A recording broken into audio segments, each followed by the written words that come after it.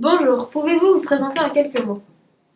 Oui, donc moi je suis Annie Andrieux, je suis conseillère d'éducation, conseillère principale d'éducation, et tous les élèves disent CPE. Voilà, c'est plus simple. En quoi consiste le métier de CPE?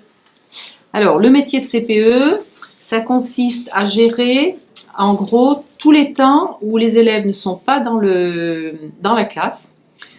Donc, c'est-à-dire, c'est la partie de surveillance, notamment tout ce qui est les intercours, le gros temps de ce qu'on appelle la pause méridienne de midi à 1h30.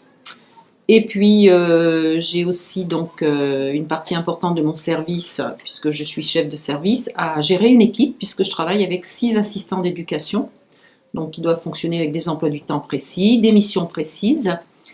Et la troisième partie, je dirais que c'est la relation. Je ne travaille pas toute seule, donc je travaille dans une équipe, également avec l'équipe de direction, Monsieur Templereau.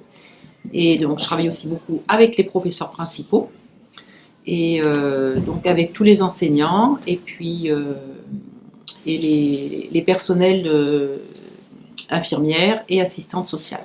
Voilà. Depuis combien de temps exercez-vous au collège Hector Berlioz? Alors, depuis combien de temps? Ça fait 10 ans. Ça fait exactement 10 ans. Voilà, je suis arrivée en 2007. Comment constituez-vous les classes et les emplois du temps? Alors, les classes, c'est pas moi qui les constitue. Ça se fait globalement, ça se fait début juillet quand on sait à peu près le nombre d'élèves inscrits. Ce sont les professeurs qui constituent les classes parce qu'ils les connaissent bien. Donc c'est plus logique, ça a plus de sens que quand c'est fait par les professeurs qui connaissent bien. Voilà, on évite parfois les petites tensions qu'il peut y avoir entre des élèves et voilà. Donc ce sont les professeurs qui constituent les classes. Et les emplois du temps du coup? Alors les emplois du temps, c'est le principal du collège, c'est Monsieur Templereau. Donc il fait ça globalement plutôt fin juillet au mois d'août. Voilà, quand il a tous les éléments pour faire les emplois du temps. C'est un gros travail ça. Comment êtes-vous devenu CPE? Alors moi je suis devenue CPE, en fait ça fait que 10 ans, ça fait 11 ans que je suis CPE, puisque avant j'ai été professeure pendant 28 ans. Donc j'étais professeure d'éducation physique, voilà. Et j'ai changé de métier, j'avais 46 ans, donc c'était en 2005. J'ai changé parce que j'en avais marre d'être prof de PS, tout simplement. Je faisais beaucoup de sport, j'étais quelqu'un de très sportif, et puis que j'avais tout simplement envie de changer, et puis de voir un petit peu un autre métier dans l'éducation nationale. Voilà. Est-ce que vous êtes chargé d'embaucher les membres de la vie scolaire? Oui, je suis chargée de le faire avec Monsieur Templereau. Donc on reçoit les candidats, il vaut mieux être deux. Donc on leur pose les questions pour voir s'ils sont aptes à occuper les postes d'assistant d'éducation. Voilà. Et comme on est une ville universitaire, on a beaucoup de candidatures, tout simplement. On n'est pas loin de la faculté de Nantes, donc on a beaucoup de candidatures. J'en ai parfois 10-15 par jour à partir du mois d'avril, quoi. Voilà. Avez-vous déjà eu des problèmes avec les professeurs? Rarement.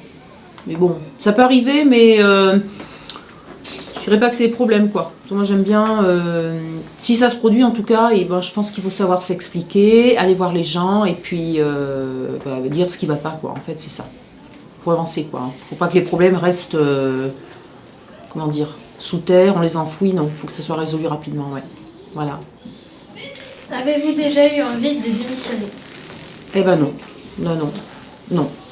J'ai déjà changé de boulot il y a 12 ans, donc non, je suis contente parce que c'est un métier où j'ai quand même de la liberté d'organiser mon travail comme je veux. Hein. Avant, quand j'étais professeur, j'avais les sonneries, j'allais chercher les élèves. Donc maintenant, j'ai une certaine liberté. Après, j'ai d'autres choses qui sont, comment dire, pas forcément toutes positives, oui, mais j'organise un petit peu mon service comme je veux. Je suis là 35 heures par semaine, donc je m'organise mon temps de service comme je veux. Quelle est la pire et la meilleure anecdote? Alors la pire anecdote, c'est la pire anecdote. Alors là, j'en ai beaucoup. Hein. J'en ai beaucoup. La pire, c'est des élèves qui racontent n'importe quoi, qui essayent qui nous racontent des trucs complètement improbables. Hein. Je ne peux pas vous dire comme ça un truc précis, mais voilà, qui vont nous dire Madame, je suis arrivée en retard parce que il y a un nuage toxique à Nantes et j'ai pas pu arriver en retard. Enfin voilà. Donc ils nous prennent un petit peu pour des idiots. Bon, après, la meilleure anecdote, j'en ai plein aussi. Hein, oui, un jour, voilà, ça m'arrive des fois que les élèves ils m'apportent des petits cadeaux ou des petites choses comme ça. Ouais. Ça me fait plaisir, ouais. Quand j'ai pu rendre un service ou voilà. Par exemple, les classes d'Ulysse, avant les vacances, alors, je sais pas comment ils ont su que c'était mon anniversaire. Ils m'ont fait une petite carte cadeau là, qui est derrière. Donc là, je vais leur acheter. Leur dites pas un petit paquet de chocolat. Et est-ce que vous avez souvent des élèves en retard ou absents? Ben souvent,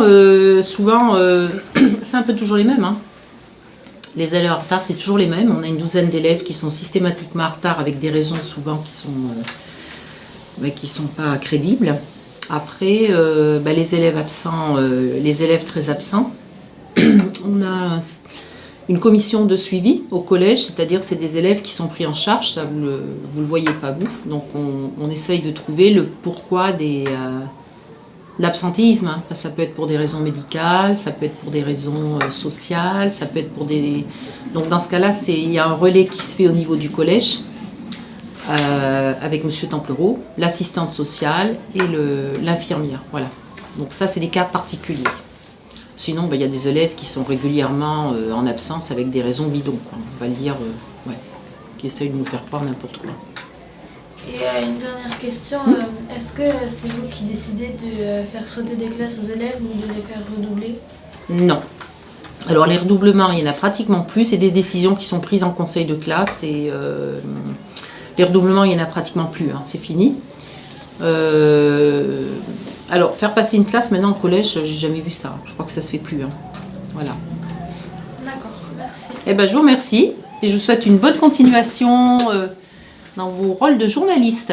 Hein? Merci beaucoup. Voilà.